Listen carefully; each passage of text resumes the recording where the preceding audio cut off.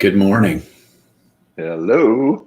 It is Juneteenth today, It June is. 19th, 2020, and we're on episode 54. Yes. Us And if versus you're not them. aware of what Juneteenth is, it'd be great for you to look that up and learn about it. Yeah, Google it. For those who don't know us, I'm Mark Van Steenwyk. I'm the director for the Center for Prophetic Imagination. And I'm Daniel Wolpert. I direct Micah, Minnesota Institute of Contemplation and Healing. And today I'm wearing my Velociraptor shirt, which It's a is very nice. special. It is. Yeah, my So son Max gave that to me. I affirm the shirt. I'm wearing my Hawaiian print shirt.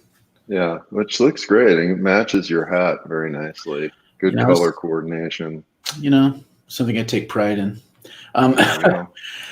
So we're picking up on threads that have come up before.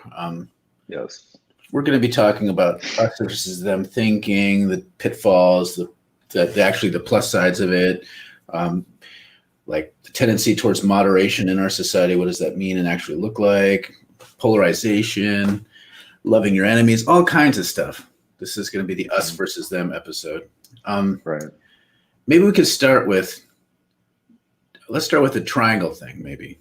The triangle Okay, as a let's case do study. it. Explain it.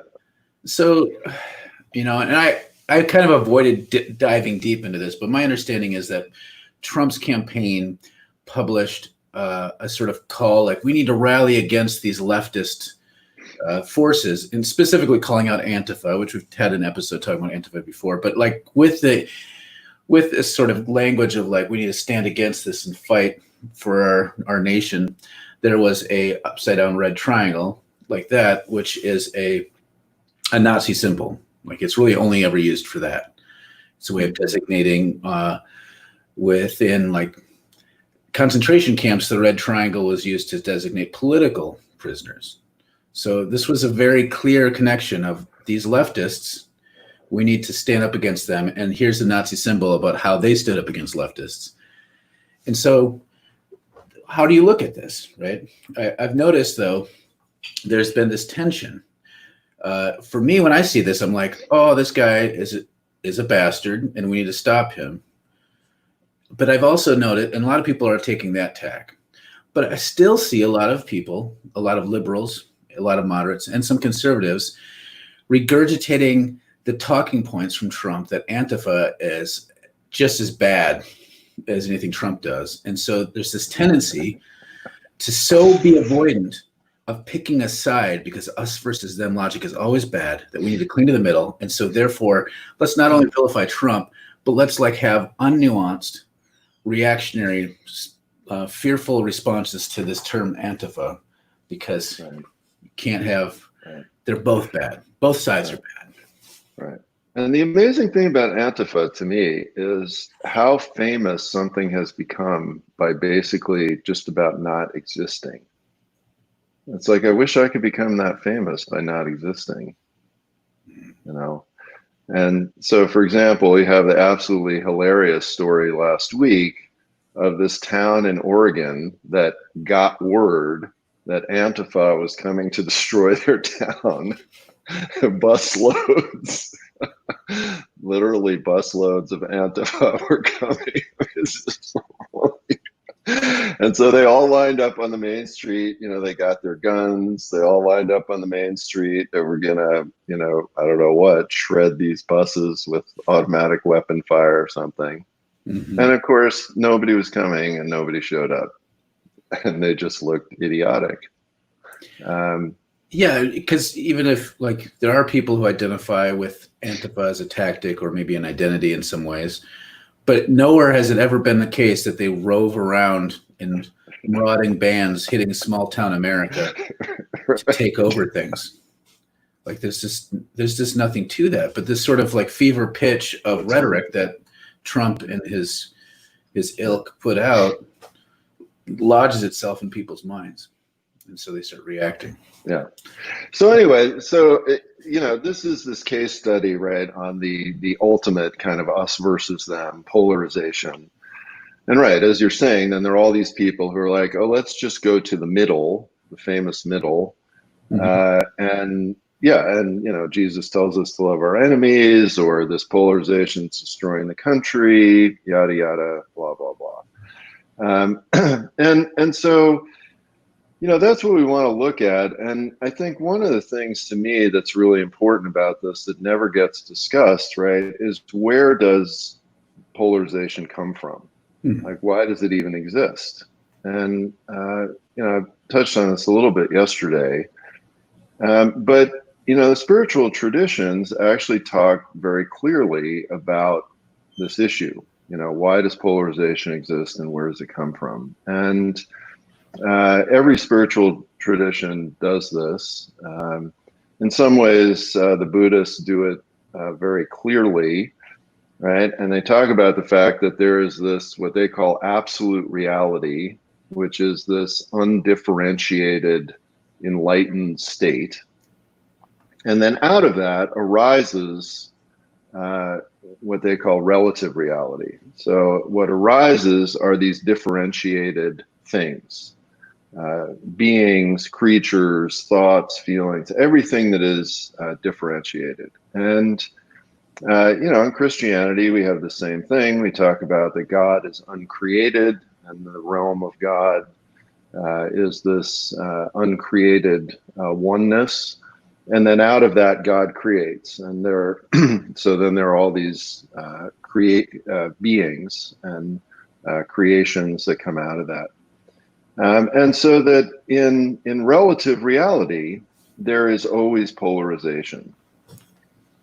Mhm. There's me and you, there's us and them, there's one side of the story and another side of the story. That's just the nature of relative reality. And so we live in this relative reality. We have to contend with this all the time. And yeah, the absolute reality, the undifferentiated reality, sounds good, and is described as this sort of perfect bliss. And Rumi has this great quote, right? Beyond right and wrong, there is a field. I will meet you there. Sounds nice. Out in the Mhm. field, and everything's fine. And I don't know, maybe you're smoking pot or staring at the clouds or whatever. But Mushrooms are better for staring at clouds, but whatever. mushrooms, Continue. yeah, there are probably a lot of mushrooms there. But we don't live in that field. That's the thing. We do not. We sometimes have an experience of undifferentiated reality, but we don't live there. We live in relative reality. And so to not deal with the differentiated nature of reality is actually to be avoiding reality. It's not to be gravitating towards some nice, happy middle. It's actually to be avoiding what's going on. And this brings up the book that was mentioned yesterday about spiritual bypassing. Mm-hmm. Another way of talking about a similar thing is like in doing rituals and stuff, you often will enter into a liminal space. But if you stay stuck in that space all the time, you actually aren't dealing with reality at all anymore. And this is where you get bliss heads or people that are focused too much on positivity culture. Like they want to stay so positive that they ignore the real experience of suffering of others. So getting back into politics, often the way I see this is from people that are advocates, extreme advocates of nonviolence, who are really into Gandhi or Dr. King. And I've even seen it articulated this way. You almost alluded to it earlier, when people will say, if I love my enemies, they're no longer my enemies. That sort of thinking. In that voice with that. That's my like. That's my Zoolander voice a little bit. Now, there's some truth to that. There's some truth to the idea of being having transformative relationships and conflict transformation so that you're no longer enemies, right? But like here, it's a great example is George Floyd's thoughts about that police officer, his love for that police officer or not love for that police officer. Nothing would change whether or not that police officer, Chauvin, was being an enemy. You don't get to determine who enemies you. And so this is like white middle class logic writ large. Like, we think we're somehow detached and can analyze the field as though we're not a part of the field. And then we can opt out and say, well, I'm into nonviolence. In reality, like, we're in it, that we're in the midst of it. And as Howard Zinn said, you can't be neutral on a moving train. When white people tend to pull away and say that kind of stuff, disproportionately, oppressed people get harmed by that. And so, ironically, by not picking a side, we pick a side that's become hidden. So we're in a hidden us versus them. Right. And this happened. This is the narrative of whiteness. This is what. Yeah, because again, what whiteness has done is basically farmed out its violence. Right. Yes. And so, you can sit in the suburbs in your nice suburban church and go, oh yeah, I'm just going to love everybody and blah, blah, blah. And what you're not willing to admit and willing to see, and some people are starting to see it more, is that, you've paid for this police force that has created this field of violence around your neighborhood that keeps you in this delusional state that you can just love everybody and everything's going to be fine. Yeah, and like, it gets even architectural, like the way that certain neighborhoods have been destroyed in the Twin Cities in order to create more of an enclave, safe space for white people, so they don't have to. So it kind of contains urban context away from. Or I just discovered the other day that I didn't know there was a Black community that was thriving in Central Park that was destroyed to make Central Park. Right. Now, how does this have to do with polarization? This reactive instinct towards polarization as always being bad, that is rooted in sort of this disconnection from political reality, needs to be challenged. And to me, that is a more problematic thing than any sort of polarization. Polarization in and of itself is not really good or bad. It's like, what's being pitted against what and why and for who, rather than just, we need to ask those questions rather than, ANOVA is the left extreme and fascism is the right extreme. Therefore, being anti-fascist is as bad as being fascist.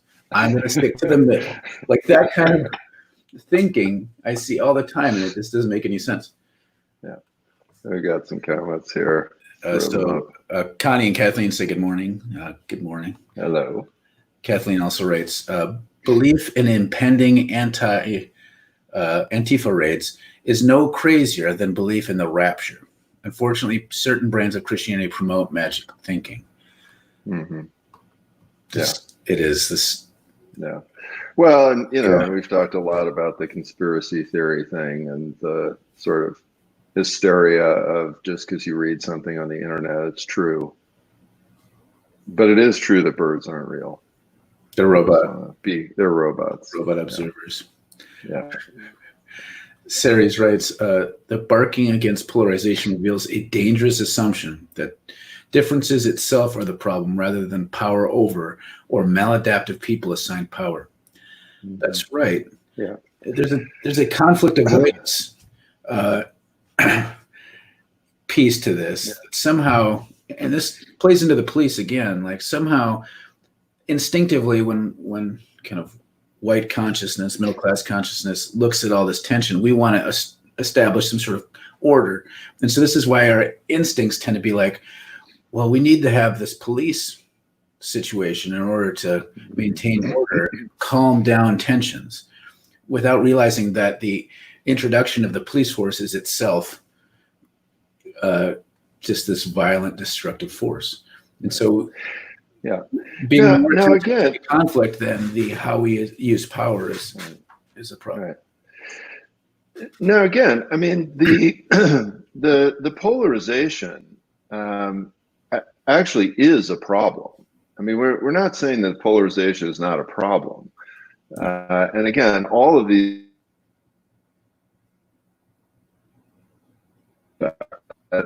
is this relative reality that creates a great deal of suffering. Mm-hmm. So the polarization is the problem, but then just trying to pretend it doesn't exist or avoid it that creates more of a problem, right? So the solution is not to say, oh, well, I'm just going to pretend this isn't there, and then magically it won't be, right? I mean, this is a form of magical thinking, right? It's a fairly infantile stage of development, really. This idea that, well, if I just think something is gone, it will be gone. Like, my mommy walked into the next room and she magically disappeared. But so the issue is that we actually have to deal with and confront and relate to the polarization that exists. Now, that we can do in sophisticated, loving ways. Yeah. But the issue is not to just say, oh, let's just not be polarized and everything will be fine. Yeah, or that somehow there's a nobility in refusing to ever take a position politically. Like, that's another piece of it. So it's okay. That idiom, to be above the fray, right? Yeah, it's okay to be in the fray, and it's okay to say, you know what, Trumpian fascist logic is horrible, and we need to stop it. You can do that. Yeah. Now, the question of whether or not it's loving, I mean, this is where you get into how militant your stance is, and this brings up, like, I'm a firm believer in what the Apostle Paul is talking about with principalities and powers, that really ultimately my beef isn't even with Trump so much as the logic that possesses the man and infects other people. So I've said, and I have leftist friends who disagree with this, but if Trump came to my door, let's say he's thrown from power and he comes to my door for some reason and he's hungry, he needs a place to stay, I'd give it to him. Doesn't mean that I'm somehow going to embrace him as a brother or anything. But like, there's ways to be compassionate and still be like, oh, to hell with that. Yeah. Fascist. Very clear. Yeah. All right. Comments are pouring in. Max writes, also tied to the cult of individualism. To take a side is to claim affinity and to be accountable to a community. If I am neutral, I'm accountable to a mysterious and guarded self only I know. That's true. That's a great point. That's absolutely a great point. Yeah. Yeah, and again, the image of like the British upper class sort of sipping tea and just going, "Oh yes, we're above it all," right? Is kind of this classic image, or again, the American who just, the white American who lives in the suburbs and it's like, "Oh, I just can't get involved in politics. It's just too difficult. It's really painful, and I just want to be nice." It's like, yeah, well, you're being nice because, again, you farmed your violence out to somebody else. So, all right, Gus. I just saw a friend on Facebook where a friend was doing some false equivalency between Obama and Trump because both of them were compared to Hitler by some of the people who didn't like them. Yeah, that's... Yeah, it would like do us all a lot of good to stop comparing people to Hitler. Like, that would just really help our discourse. Because again, that's this other thing about another way that the us versus them goes is, somebody I don't like is like Hitler, and it doesn't really mean anything anymore. So that's just silly. Yeah, that's where this polarization doesn't help when it narrows thinking, so that the enemy is always just everything gets polarized into the two sides see each other as absolute evil, and there's no middle ground. And when you compare everyone to Hitler, when someone comes around who's actually acting like Hitler, we lack the capacity to analyze it well, which I think we're seeing a little bit right now in our society. And the other thing is, I don't think Trump is as bad as Hitler yet. And I've had people who are so caught up in thinking, saying he's every bit as bad already. We're already seeing full-on Nazism. And I'm like, maybe, but it seems more like we're on our way there. But it's important to like be in the fray, but not get caught up into really rigid thinking that can't recognize the nuances. Kathleen writes, doesn't Christianity promote a type of polarization, the way of Jesus versus the prevailing culture? Well, sure. I mean, and all religions collapse into dualities. And again, this is the thing. We we as created beings living in relative reality cannot avoid polarization. Right? Like that, we keep thinking, oh, I can avoid polarization, right? Like I can have some, again, I can go to that field and I'm not polarized, but that is always what is happening. So of course, I mean, there's a million ways that Christianity creates polarization. There's a million ways that every religion creates polarization. Same with every political theory. Same with, look, this is why married couples argue about how to do the dishes, or how, whether the drawers should be open or closed, or whether or not you should pick up your socks. There is always this movement towards being polarized. And, and that's what ultimately spiritual practice is about. How to live in a polarized world in a more loving and enlightened way. And these practices help us to do that. But we can't escape the polarization. It's simply not possible until we're dead. Maybe then we escape it. I don't know. It's interesting to me, this sort of Jesus versus prevailing culture, the different shape it takes. So even the evangelical thing is more like sees that liberalism is the prevailing culture and that it's persecuting the evangelicals. The way I tend to look at it is Jesus stands against imperial logic or imperial thinking. And see, again, somebody who's just only looking to avoid polarization would say both of those are dualities. They're both as bad as each other. The leftist version is to be against empire and oppression. The right-wing version is to be against liberal things. Maybe there's wisdom to both. Like, there's not really much wisdom to that first one. It's okay to say that. All right. Jim. Hey, Jim. Good morning. Good morning. Jim writes, political polarization, as they used to say in Texas, is a blood sport. Polarization is divide and conquer. We saw it in Wisconsin, a progressive state destroyed under Walker and ALEC, American Legislative Education Council. We see it in federal state politics. If we choose to accept this as okay, we're not going to heal. Well, yeah. So again, I do not think that is true. So what I would say that you're talking about, Jim, is that there are different methods of addressing the polarization, and there are different ways of relating to it. But the polarization itself is unavoidable. Now we can turn it into a blood sport, and we can let our sort of ego selves and the corporate ego selves run wild and make it about, us just winning and them losing. Mm-hmm. And then, yes, that does just increase suffering. Or we can engage the polarization in a way that, one, hopefully creates some positive communities that can show us something different. And also, we choose different strategies and tactics. And again, as Mark said, this varies a lot, and there's always arguments about this, right? And the civil rights movement, I mean, the most famous of these arguments was between Malcolm X and Martin Luther King, right? But every movement has these differences in strategies and tactics. But right, we have to decide how we are going to address the polarization in a way that we think creates a better world.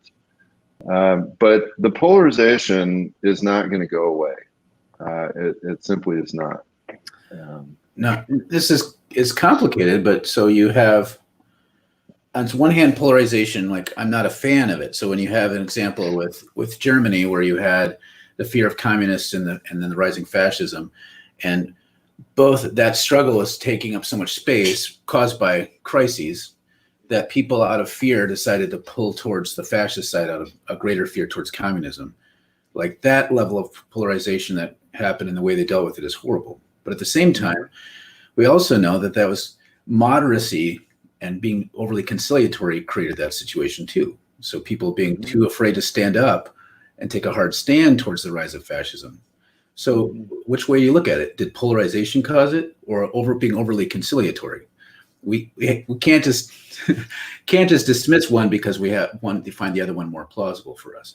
And right now we're seeing with this, we have Biden as a candidate, and if anybody points out the fact that maybe he's not good enough, they'll say, "Oh, you're too polarized," because somehow we think of Biden as the conciliatory, safest bet to pull everyone together. And as a leftist, I think, well, we haven't really ever taken a strong enough stand towards the injustices in our society, and Biden is a symptom of that, not part of the solution. I mean, so it can get into all kind of political things, tactical conversations about this. But I want to challenge this idea that somehow bringing everyone together is always the best thing long term if it comes at the expense of standing against injustice. Yeah, and again, I mean, for me personally, this is one of the reasons that I'm a lifelong student of the spiritual life, because I believe that and I believe this for a whole set of reasons, not just personal, but also historical and experiential. Mm-hmm. I mean, I believe that this is a set of methodologies that is a way of addressing the polarized reality in a way that potentially is positive and healthy. But again, the spiritual life is not about the middle. It's actually about being very, very clear about what is just and what is good. But it also comes along with a way of being in community that helps us to move towards this undifferentiated goodness.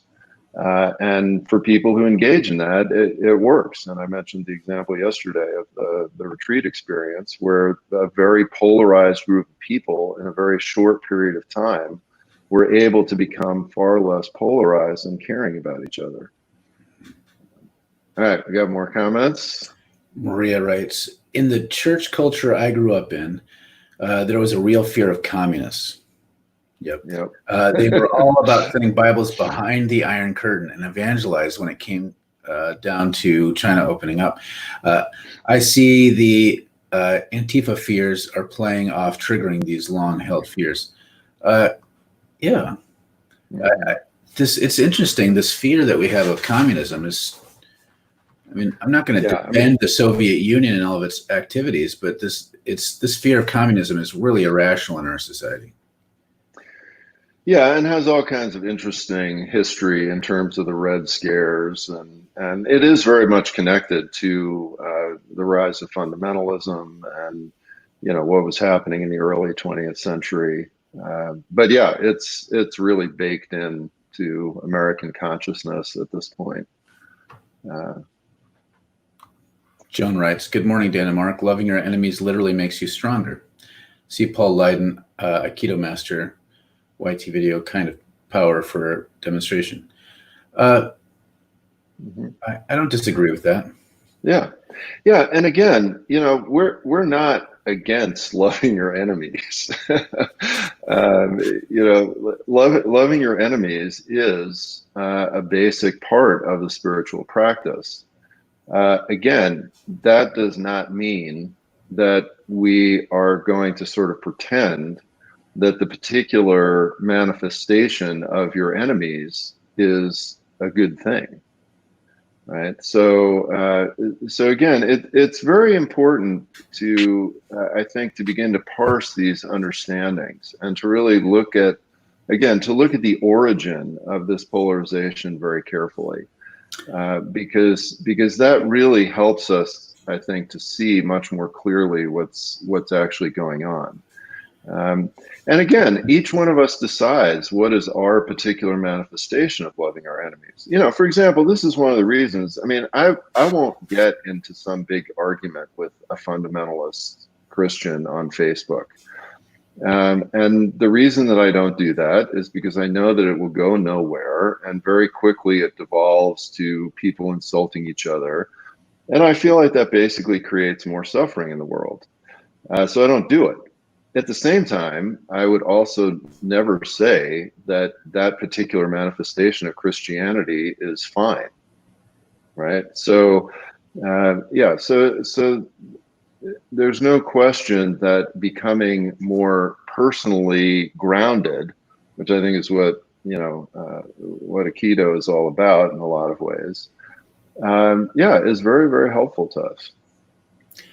Yeah. And plus, there's this idea, and I really believe this. This isn't even just a clever thing, but if we really love oppressors, people in power over other people, the most loving thing we can do is relieve them of that power. Right. To me, revolution isn't about hating the oppressor. I mean, it is for some people, and I'm not going to argue against them for that. If you're being oppressed, you have every right to be upset. I'm not going to police that. But for me personally, I see revolution as a way of healing.